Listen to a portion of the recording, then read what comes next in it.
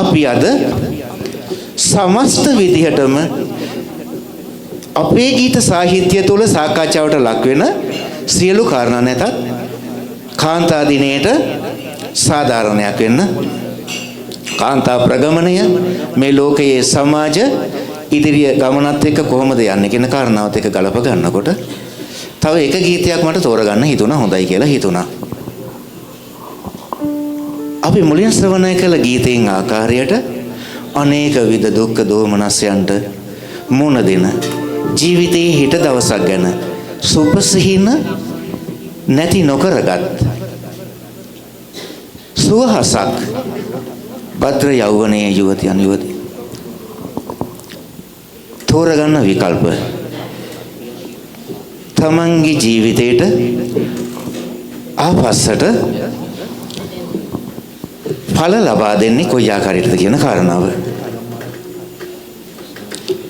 අපි දන්නව නැති බැරි කමත් එක්ක අත්වල් බැඳගෙන දුප්පත්කම එනකොට අධ්‍යාපනය අඩාල වෙනවා සමාජ වරප්‍රසාද අහිමි වෙනවා තමාගේ හෙට දවස වෙනුවෙන් තියෙන අවස්ථා සීමා වෙනවා තමන්ට ලැබෙන ඉඩකඩ තියාගෙන ඒ දියණියක් රැකියාවක් හොයාගන්න පුළුවන් නමුත් කාන්තා අයිතියට නිසිතන ලැබුණද කියලා ප්‍රශ්නයක් එතන තියෙනවා ගීතය රෑ වැඩමුරය අවසන් වන කනිසමට ගීතය ගායනා කරන්නේ වාදක මණ්ඩලයේ මහේෂ් අකලංක මහත්මයා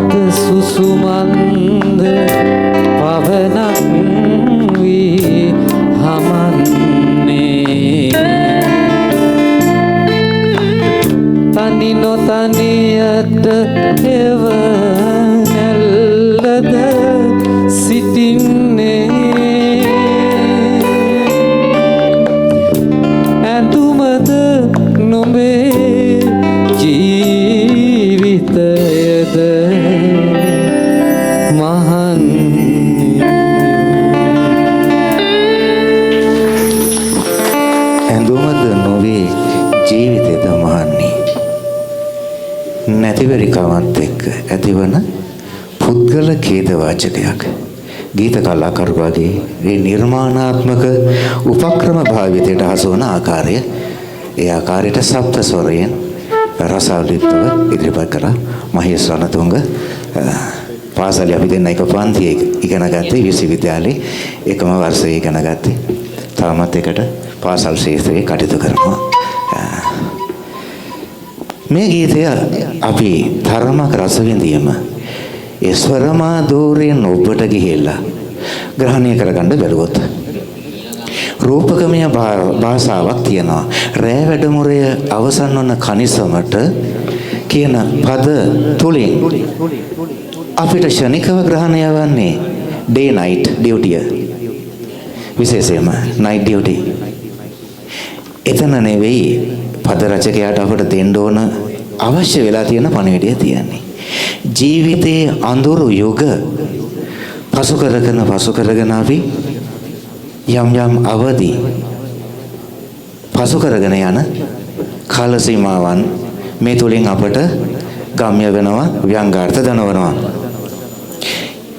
ඊට දවසක් ගැන හීනමවනකොට කම්කරු ජීවිතය හැමදාමත් කැපවීම් වලින් පිරුණ ජීවිතයක් බවට පත් වෙනවා. තමාගේ සේවාදායකයා කොයි ආකාරයෙන්ද අපිව බලාපොරොත්තු වෙන්නේ? අපි ඔහුව පිනවන්නට බැඳලා ඉන්නවා. ඒ ආකාරයට තමාගේ ජීවිතය රැකගන්න, රැකියාව ආරක්ෂා කරගන්න, තමාගේ ජීවිතයම ඒ වෙනුවෙන්ම කැප කරපු දුප්පත් අහිංසක යෞවනියකගේ ඒ වෘත්තාන්තය සප්ත ස්වරයෙන් ස්වර මාධුර්යයට මුසු කරලා තියෙනවා. ඒත් එකම තව එක අදහසක් ප්‍රකාශ කරන්න ඕන. සෝනිල් ඉදිරිසිංහ අපේ යුගයේ යුග ගණනාවක සංගීත සාහිත්‍ය ගීත කලාව තුළ වැජඹෙන ප්‍රවීණ ගායන ශිල්පියෙක්.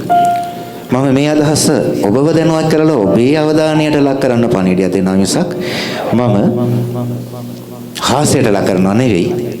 සුනිල් ඉදිරිසිංහ මහත්තයාගේ ගීත ගොඩක් ආකෘතිය විදියට ගත්තම කවි තියන්නේ කාව්‍යමය ආකෘති.